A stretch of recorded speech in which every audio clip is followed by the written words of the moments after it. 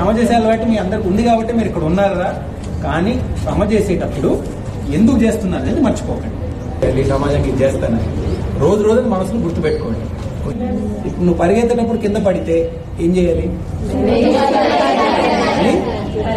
అలా చేసిన వాడికి ఇంకేమన్నా ఆపగలగదా? నేను ఎనీవన్ స్టాప్ యూ చెప్పండి. చుట్టూరు కొన్ని మంది వచ్చి నువ్వు అమ్మాయి నీతో అవ్వదు, నువ్వు సేఫ్ ఉద్యోగం తీసుకో, నువ్వు ఇక్కడ బ్యాంక్ ఉద్యోగం రాయి, నువ్వు ఇక్కడ చిన్న ఉద్యోగం తీసుకో, కిరాణా కొట్టు పెట్టుకో, పెళ్లి చేసుకో, నీకు పెద్ద పదవులు ఎందుకు, నీతో ఎలా అవుతుంది, సిటీ వాళ్ళకే ఆ ఉద్యోగాలు, ఇంగ్లీష్ మాట్లాడడం రాదు నీకు, ఇవన్నీ మాట్లాడే వాళ్ళకి మనం ఏం చెప్తాం? నీ జీవితం నువ్వు చూసుకోరా, నా జీవితం నేను చూసుకుంటామని చెప్తా కదా. చేస్తారు కదా. వెనుక పడతారా ఎవరన్నా? పాటిస్తారా? బెస్ట్ లక్ రా. మీరు ఎంత ఎదిగితే అంత సంతోషం రా. మాకు మీకు కావాల్సిందంటే మీ ప్రిన్సిపల్ గారు అన్న ముందు నుంచి మీ అండగా ఉన్నారా? 10 సార్లు అన్న చెప్పుంటాడు, సమయం లేక రాలేపోయా, రావాలి సార్ మీరు, రావాలి సార్ మీరు, రావాలి సార్ మీరు. కంప్యూటర్లు పెట్టింది మీ అన్న, ప్రిన్సిపల్ గారితో మాట్లాడి ఇవన్నీ సౌకర్యాలు తెచ్చింది మీ అన్న. నిజంగా ఒక అన్నలాగా ఉన్నాడు రా మీతో.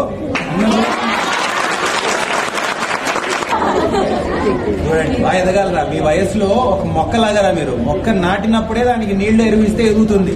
వయసు గడిచిన తర్వాత అది సన్నగా చెట్టు అయిన తర్వాత ఎంత వేసినా ఎదగదండి. మీ వయసు అలాంటిది. ఇప్పుడే మీరు చూసుకోవాల్సింది కొంచెం ఎక్సర్సైజ్, కొంచెం ఫుడ్, అవి కూడా ఇంపార్టెంట్. చదువుతో సహా మేనేజ్ చేసుకోండి. ఇంకేం కావాలరా మనకి ఇక్కడ? Any other requirement? అంత బాగానే ఉందారా? ఇప్పుడు చెప్పకపోయినా మీ ప్రిన్సిపల్ గారు చెప్పండి, మళ్ళీ చూసి అందించాల్సిన అందిస్తాం. ఓకే? మీరు మాకు ఇచ్చే మాట ఏంటి? అద్భుతంగా చదువుతారు, చిన్న ఆలోచన వద్దు, చిన్న ఆశలు వద్దు, అన్నిటికన్నా పెద్ద పోస్ట్, అన్నిటికన్నా పెద్ద ఉద్యోగం ఏం చేయగలరు? అదే మీ టార్గెట్. అదే మీ టార్గెట్. సరేనా?